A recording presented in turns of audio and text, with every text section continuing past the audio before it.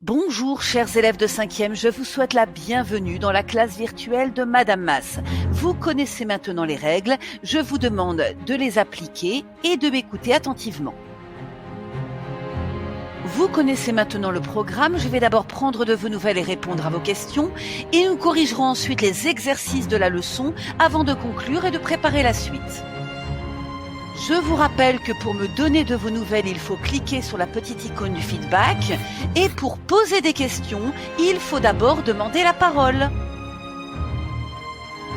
La dernière fois que nous avions fait de l'histoire, nous en étions au dossier numéro 2, Société, Église et pouvoir politique dans l'Occident féodal, 11e-15e siècle. Nous avions d'abord étudié une première leçon sur l'ordre seigneurial, puis une deuxième leçon sur l'émergence d'une nouvelle société urbaine. Eh bien, nous allons terminer ce dossier avec l'étude d'une troisième leçon, l'affirmation de l'État monarchique du XIe au XVe siècle, en réfléchissant à la question de la problématique « Comment les rois de France affirment-ils leur domination ?» Je t'invite à écrire le titre du TD numéro 1, la naissance de la féodalité, ainsi que le premier exercice, le suzerain et ses vassaux, et à réfléchir au petit 1 qui se trouve à la base de cette pyramide, et petit 2, quel autre nom porte son seigneur. Rédige maintenant les réponses. Petit 1, les vassaux sont à la base de cette pyramide, et petit 2, le seigneur se nomme aussi le suzerain. Prépare maintenant la question numéro 3 au brouillon. Comment nomme-t-on la cérémonie du document 4 ? Et la question 4, à quoi s'engage alors le jeune chevalier ? Écris maintenant la réponse au petit 3, il s'agit de la cérémonie de l'hommage.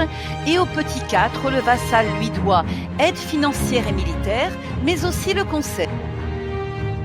Demande-toi maintenant petit 5 que lui doit en échange le seigneur. Et petit 6, le seigneur a-t-il des obligations envers d'autres plus puissants que lui ? Écris maintenant la réponse au petit 5. Le seigneur doit la protection, la défense en justice et l'entretien en lui donnant un fief, c'est-à-dire une terre. Mais il faut aussi noter petit 6 que le seigneur a aussi des devoirs de service et de conseil envers son propre suzerain, qui est souvent un duc ou un comte. Et nous terminons par une dernière question pour indiquer qui se trouve en haut de la pyramide. Et vous noterez qu'il s'agit bien évidemment du roi. Nous en avons terminé pour aujourd'hui. J'espère que vous avez bien compris ce lien qui unit le suzerain à son vassal et qui est à la base de la féodalité. Et je vous dis à très vite pour une nouvelle classe virtuelle.